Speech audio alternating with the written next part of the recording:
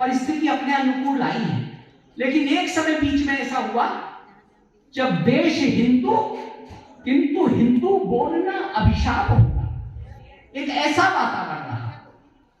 और ऐसे वातावरण में भी रह करके मीडिया के माध्यम से जिन्होंने न कभी किसी प्रकार की चिंता नहीं की, प्रलोभन थे मगर मन के नियम संयम नहीं डूबे। जहां पागल अंधेरों की जरा सी एक धमकी पर विवश सूर्य भी डूबा, वहां पर ये नहीं डूबे।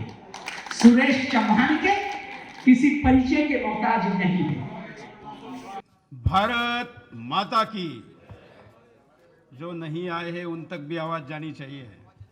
भारत माता की।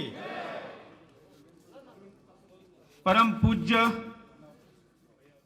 दीदी मां साध्वी ऋतुंबरा जी, जो कि विश्व में हिंदुत्व की फायर ब्रांड सबसे बड़ी तोफ के तौर पर भी जानी गई और आज सबसे बड़ा सेवा के नाम पर भी जानी जा रही है, हम सबके बीच में उपस्थित है। मैं उनकी उपस्थिति को प्रणाम करता हूं। आज इस कार्यक्रम के अध्यक्ष Shri NP Singh ji, doctor BM Bhardwaj जी जो कि संस्थापक है, मुझे जानकर बड़ी प्रसन्नता हुई और उनका परिचय मुझे राष्ट्रीय स्वयंसेवक संघ के पूर्व सरकार्यवाह भैया जी जोशी ने बताया था। और यह भी जानकर खुशी हुई कि उनको पद्मश्री सरकार देना चाह रही थी, लेकिन उन्होंने कहा कि मैं वो पद्मश्री नहीं लूंगा, मैं सेवा करता रहूंगा।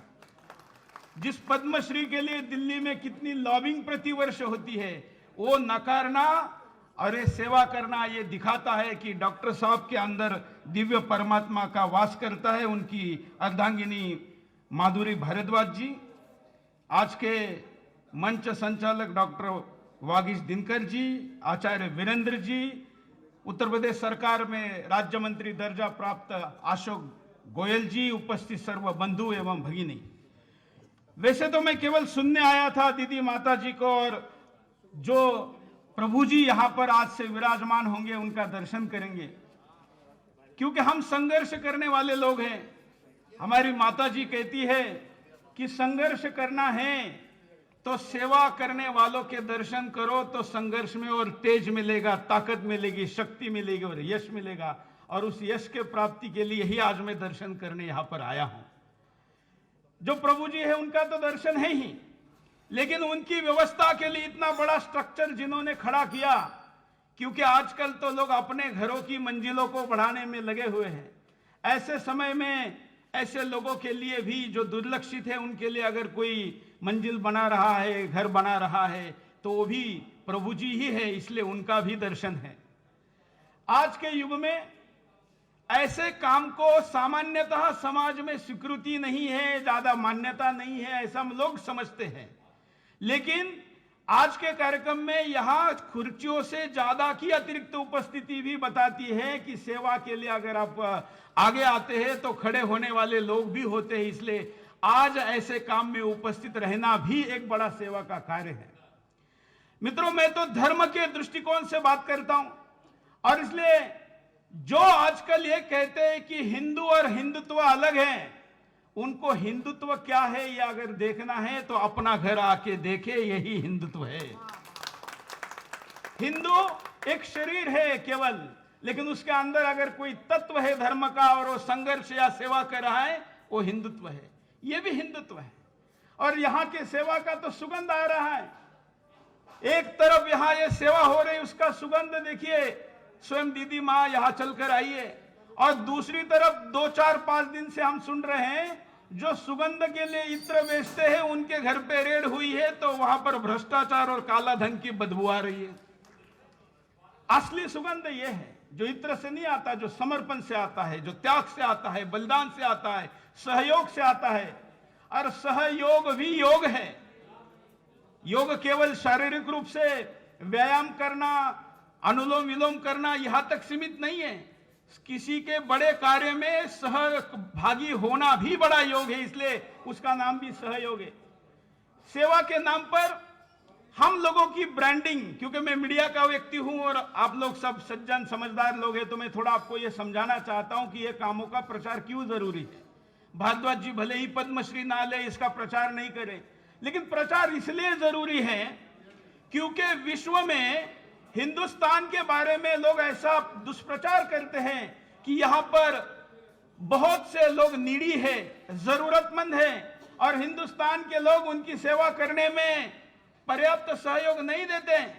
इसलिए आप जानते हैं भारत की सेना को भारत सरकार जितना बजट प्रतिवर्ष देती है, कई लाख करोड़, उससे ज्यादा का विदेशी धन सेवा के नाम पर भारत में एफसीआरए में आता है, जो कि फॉरेन फंडिंग होती है। और वो सारा की सारा धन आता तो सेवा के नाम पे है, लेकिन लगाया जाता है धर्मांतरण के धंधे को। भारत सरकार ने अभी तक 20,000 संस्थाओं का एफसीआरए रद्द किया है, अभी परसों 600 का किया है। यह आंकड़ा करीब 25,000 तक जाएगा। 6.5 लाख गांव केवल इस देश में हैं, 6.5 लाख गांव, और अगर 25,000 संस्थाओं का एफसीआरए अर्थात फॉरेन फंडिंग बंद हुआ है तो डिवाइड करिए कितने गांव तक इन लोगों की पहुंच है।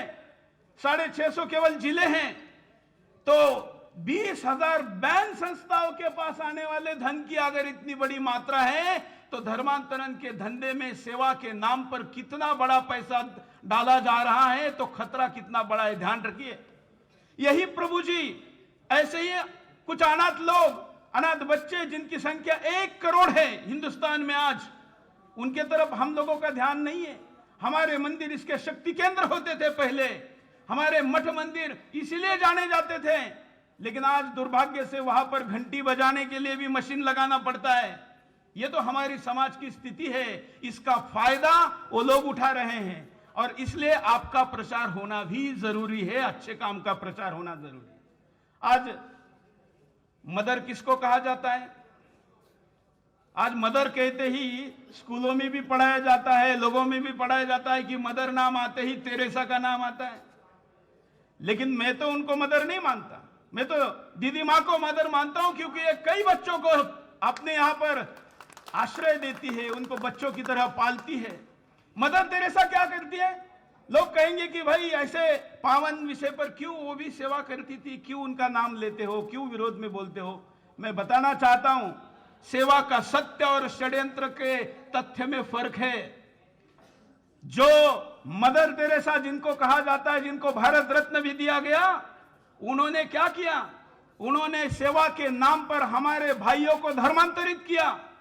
उनके सहयोगी ने लिखे हुए पुस्तकों को आप पढ़ेंगे तो मरणासन्न व्यक्ति को तब तक इलाज नहीं दिया जाता था जब तक वो बपतिस्मा नहीं लेता था, अर्थात ईसाई नहीं बनता था।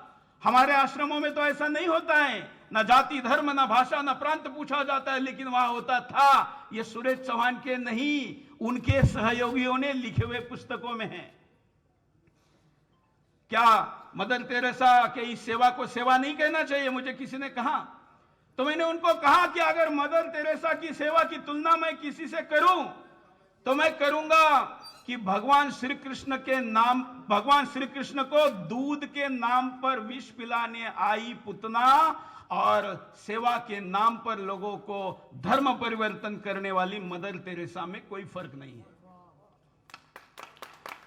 यह हमको सत्य बोलना पड़ेगा। कुछ लोगों को तो बोलना पड़ेगा, सारे नहीं बोल पाते तो काम हमने लिया है, इसलिए हम बिंदास बोलते हैं। ये इसलिए भी जाना चाहिए कि हम दिग्भ्रमित ना हो और हम गलत जगह पर सहयोग ना करें। सही जगह अगर सहयोग होता है, सही लोग आगे आते हैं, तो उसके मदद के लिए लोग यहाँ पर तैयार रहते हैं। ये चित्र आज दिखाई दे रहा है। मैं आज सौभाग्यशाली हूँ, आभार व्यक्त करता हूँ कि आपने आज मुझे यहाँ पर बुलाया। सुदर्शन चैनल परिवार की तरफ से मैं वचन देता हूं कि अपना घर परिवार के इस अच्छे कार्य का सुगंध पूरे विश्व भर में फैलाने के लिए सुदर्शन 24 घंटे आपके साथ खड़ा रहेगा। मुझे बुलाने के लिए धन्यवाद, प्रणाम। आपने देखा, सिर्फ पानी व पसीने में बड़ा अंतर है। सुरेश चौहान के एक व्यक्ति नहीं है, बल्कि एक विचारधारा है, एक जागृति का शंखनाद है।